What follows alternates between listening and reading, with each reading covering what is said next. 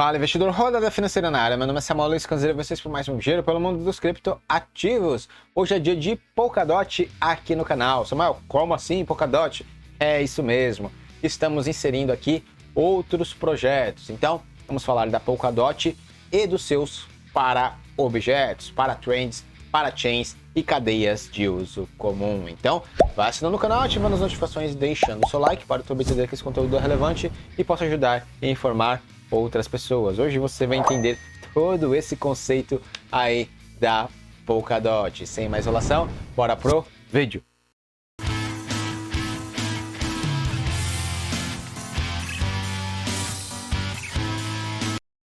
E agora a gente vai adentrar de fato e entender como a Polkadot vai funcionar. Ela tem algumas divisões. Na base temos a Really Chain, que é a camada de infraestrutura e segurança. Aqui vão estar os validadores, né? Em cima dela temos os para-objetos, 3 para-objetos, para-chains, para-trends e cadeias de uso comum.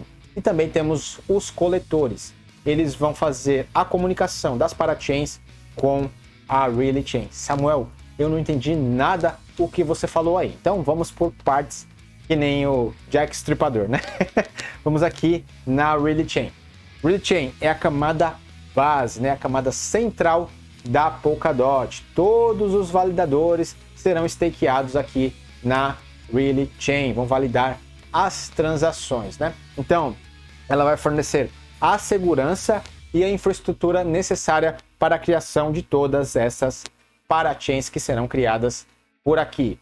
É interessante como funciona a Polkadot, por quê? Porque essas parachains, que são blockchains que serão criadas em cima dessa infraestrutura, elas já vão ter segurança desde o primeiro dia, diferente do que acontece com uma blockchain normal. Você imagina aí, uma blockchain sendo criada do zero. Imagine a quantidade de ataques que essa blockchain vai sofrer até ela se tornar robusta, né? A gente vê muito isso acontecendo com a Ethereum Classic. Por quê? Porque a Ethereum Classic, nos últimos anos, ela sofreu vários ataques de 51%. Salvo engano, no último ano foram 4 deles, né? E isso não vai acontecer na Polkadot. Por quê? Porque essa camada base, ela vai garantir a segurança necessária para as parachains atuar. As parachains não precisarão focar na segurança, elas vão focar em outras coisas, escalabilidade, descentralização. Então, a segurança vai ser garantida pela Polkadot. Na Really Chain, naquela camada base, vão estar centenas de validadores, né? Então, ela vai garantir essa questão da segurança. Não vão rodar contratos inteligentes na Really Chain. Os contratos inteligentes vão sim rodar nas suas parachains, né? E cada parachain dessa vai ter uma especialidade diferente. Agora vamos para o segundo ponto aqui. Coletores. Quem são os coletores? Os coletores são o meio de campo, né? Se você for pensar em um time de futebol. Ele vai fazer a ligação das parachains com a Really Chain, vai trazer as transações de lá para serem validadas na camada base, na camada de segurança, né? Então, os coletores coletam as transações das parachains para serem validadas na Really Chain. Eles vão manter 2 nós, um nó na parachain que ele for designada e um na Really Chain. E vai fazer esse meio de campo, né? Vai trazer as transações para serem validadas. E por fim, temos os para-objetos, que serão as coisas que serão construídas em cima dessa camada base. Então vamos ter parachains, para-trends e cadeias de uso comum. E a gente vai entender cada uma delas a partir de agora. Parachains. O que são parachains, Samuel? São as blockchains de camada 1. São as blockchains que vão se situar em cima dessa camada base, né? Elas vão alugar um slot, vão alugar um local, uma área para validar as suas transações lá na Really Chain, na camada de segurança, na camada de infraestrutura. As parachains, elas são especializadas e cada parachain dessa vai ter um caso de uso específico. Por exemplo, a Kala, que foi a primeira parachain a ganhar o leilão aqui na Polkadot, ela é focada em DeFi, então você vai ter stablecoin, corretora descentralizada, protocolos de empréstimo, protocolos de seguro, entre outros que serão criados por lá, envolvendo finanças descentralizadas. Agora, eu posso ter outra parachain focada em metaverso e outra focada em jogos, né? Com vários jogos que vão ser interoperáveis entre si. Então, você foca, você traz eficiência, você deixa de fora códigos desnecessários quando você está criando o contrato inteligente, né? Essa é a diferença. E elas vão ser interoperáveis entre si. Como, Samuel? Por meio daquele protocolo que está sendo desenvolvido na Web3 Foundation, né? O XCM. Ele vai permitir a comunicação entre essas diversas parachains, gerando o quê? Interoperabilidade em todo esse ecossistema. Agora, vamos falar das taxas, né? Assunto bastante importante. Como vamos pagar as taxas por lá? As parachains têm flexibilidade para instituir o seu sistema monetário próprio. Flexibilidade não é obrigatoriedade. Elas podem instalar ou não. Elas podem criar uma moeda específica para as taxas no seu ecossistema ou utilizar o DOT, né, da própria Polkadot. Então, ela tem flexibilidade para implementar um sistema monetário. Eu vi muitos vídeos falando a respeito dessa questão das taxas na Polkadot, né? Ela teria um diferencial porque teria taxas baixas e a possibilidade de taxas gratuitas. Mas vamos ser sinceros, né? Vamos pôr o pé na realidade. Taxa gratuita. Há a possibilidade? Ah, mas isso vai ser implementado? Acredito que não. Nenhum relógio trabalha de graça. Eventualmente você tem que trocar a pilha do relógio. Então, tem pessoas que trabalham nesses projetos. Cada projeto desse, dentro de cada parachain dessa, vão ter pessoas trabalhando. Essas pessoas têm família, essas pessoas vão ter que se sustentar ao longo do tempo, né? Então elas precisam receber. Então, seria inviável uma blockchain com taxas gratuitas. Quem iria manter todo aquele ecossistema se não tivesse nenhum tipo de incentivo, né? Então, eu até entendo o Gavin Wood sair propagando isso. Não, a Polkadot é diferenciada porque ela vai ter taxas gratuitas e vai diferenciar da concorrência.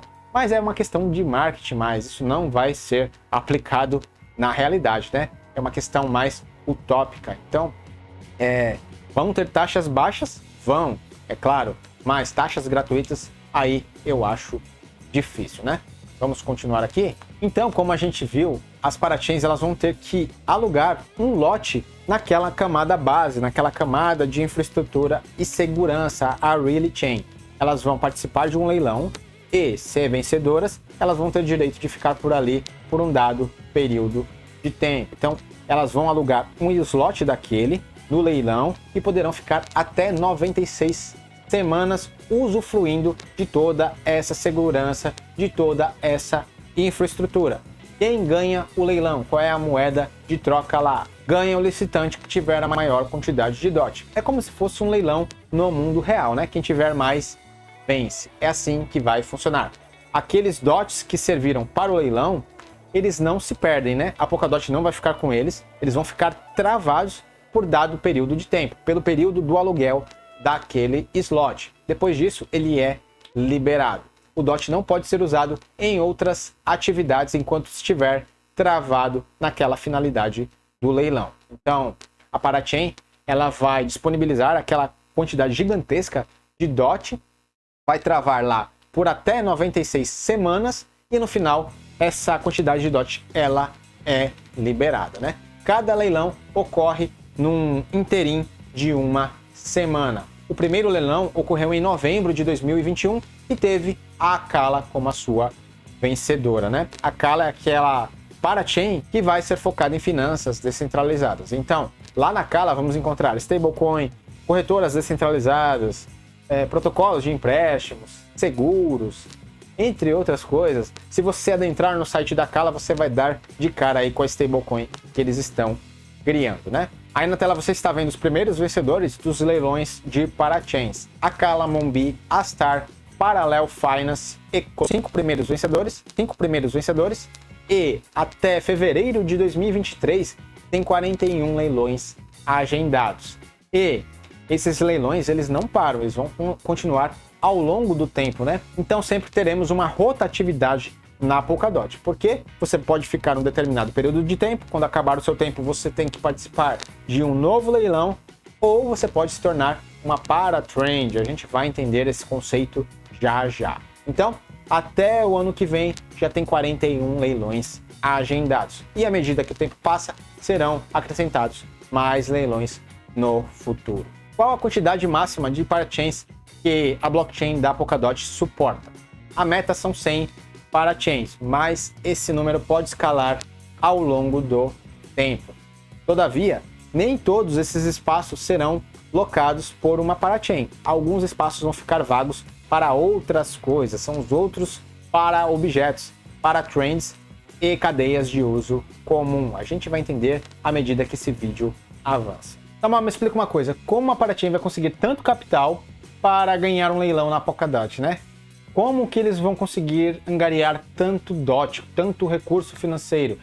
Por meio de empréstimo coletivo. Então, a própria comunidade vai poder financiar uma parachain para que ela dispute um leilão, é o crowd loans. Então, é assim que essas parachains vão participar do leilão, vão dar o seu lance e ao final, aquela que der o maior lance vai vencer e vai ter um slot lá por um dado período de tempo, né? Então, as pessoas, elas meio que emprestam as suas DOT, é meio que um empréstimo porque essas DOTs, elas não saem da sua carteira, elas vão ficar travadas por lá, assim como acontece aqui na Cardano, né? Então, nós que estamos utilizando a Cardano há algum tempo, nós já estamos habituados a essa forma de staking. O staking é feito direto na sua carteira, eles nunca saem da sua posse. A mesma coisa vai acontecer aqui na Polkadot. Quando você entra em um empréstimo coletivo desse para financiar uma parachain para que ela adquira um slot por um dado período de tempo, essas DOT não saem da sua carteira, elas ficam lá, mas elas ficam travadas. Você não pode utilizar ela em local nenhum até o fim do contrato do slot. Quando o contrato daquele slot acabou, então as suas DOT elas são destravadas. Então, por que raios eu emprestaria as minhas DOT, deixaria de receber recompensas com ela para que uma parachain participasse de um leilão? Por que eu abriria mão das minhas DOT por um dado período de tempo? Porque essas parachains, se eventualmente ganharem um leilão de parachain, elas podem recompensar a sua comunidade, aquelas pessoas que emprestaram as suas DOT para ela concorrer, elas podem dar o token, a moeda daquele protocolo para essas pessoas. Então, você abre mão de ter as suas DOT gerando recompensa no staking para ganhar a moeda daquela blockchain que está concorrendo a uma parachain na Polkadot, né? Você deixa de ganhar uma coisa para ganhar uma outra coisa que pode valorizar muito mais ao longo do tempo. Por isso, muitas pessoas que têm a DOT estão fazendo esse mecanismo, né, de emprestar elas para que essas parachains concorram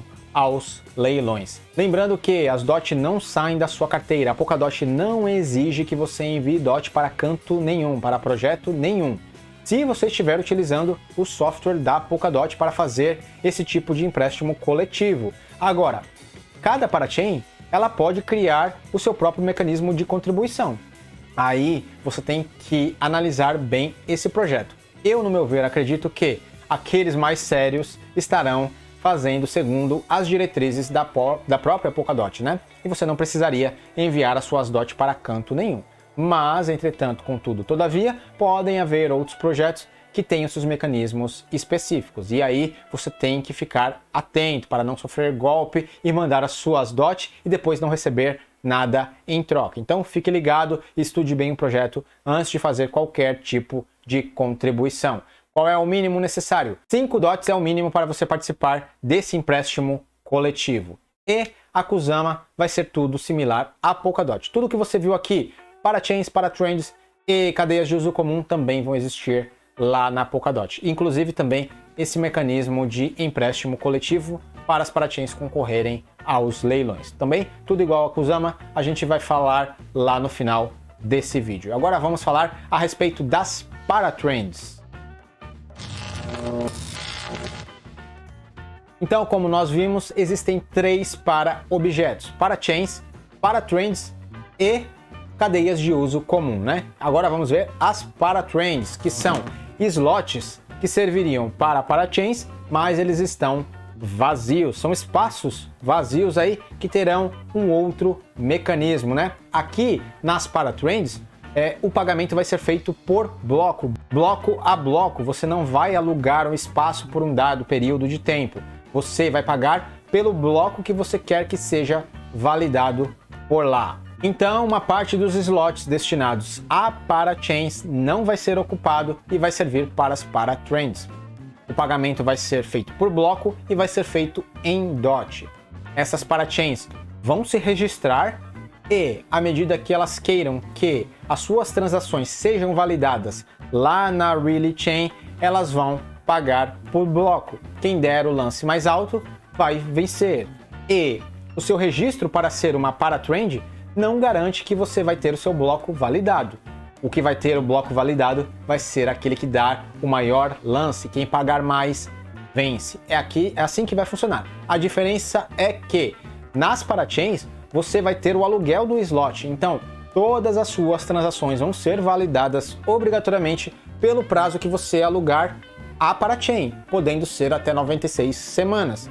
Já nas paratrends, aqui o pagamento vai ser bloco a bloco, de 6 em 6 segundos. Então, se você quiser que as suas transações sejam validadas da sua parachain, então você vai ter que dar o lance maior para que ela seja validada naquele bloco. É assim que vai funcionar. Essa é a diferença. Então, uma parachain pode ser uma paratrend e uma paratrend pode se tornar uma parachain. Como assim? Então, imagine que uma parachain participou do leilão, ganhou o leilão, alugou aquele slot por 10 semanas, vai. Então, durante essas 10 semanas, ela vai ter as suas transações validadas. Mas ao fim do leilão, ela participou novamente para continuar com aquele slot, mas perdeu, ela não ganhou o leilão. Houve outra parachain que pegou o seu lugar. Agora, ela está sem o local para validar as suas transações. E agora? Então, ela pode se cadastrar para ser uma paratrend e ter as suas transações validadas bloco a bloco. Ela vai dar um lance e, se o seu lance for maior, ela vai ter todas as suas transações validadas naquele bloco. É assim que uma parachain se torna uma paratrend. Ela pode não ter conseguido renovar o aluguel do seu slot, né? E para não ficar sem validar as suas transações, ela vai pagar lá para que ela seja incluída em determinado bloco, uma paratrend, E uma paratrend, ela pode se tornar uma parachain. Imagine que essa paratrend esteja lá de vez em quando validando um bloco e o seu ecossistema se tornando cada vez mais robusto, cada vez mais aplicativos descentralizados sendo criados por lá. Então ela vê a necessidade de adquirir um slot. Ela vai fazer esse empréstimo coletivo, vai angariar um montante de capital e vai entrar no leilão. Se ela ganhar o leilão, ela vai deixar de ser uma paratrend e ter as suas transações validadas bloco a bloco pelo lance maior para ser uma parachain e ter todas as suas transações validadas pelo período que ela alugar aquele slot por meio do leilão, né? É assim que uma parachain pode se tornar uma paratrend e vice-versa. Então, já vimos dois conceitos de parachains e paratrends. A diferença é na questão das validações. As parachains, elas vão ter as suas transações validadas pelo período do aluguel do slot. Já nas paratrends, elas vão ter as suas transações validadas bloco a bloco. Quem dar o lance maior naquele bloco vence e tem as suas transações validadas. É assim que vai acontecer. E por fim, o último para objeto, cadeias de uso comum. Aqui eu vi uma outra divergência, né, uma outra confusão a respeito desse conceito aqui. Por quê? Porque o white paper ele vai dar um exemplo de cadeia de uso comum. Ele não dá a regra. Eu vi o pessoal batendo muito na tecla que o terceiro para objeto seria uma ponte, uma bridge, mas não é.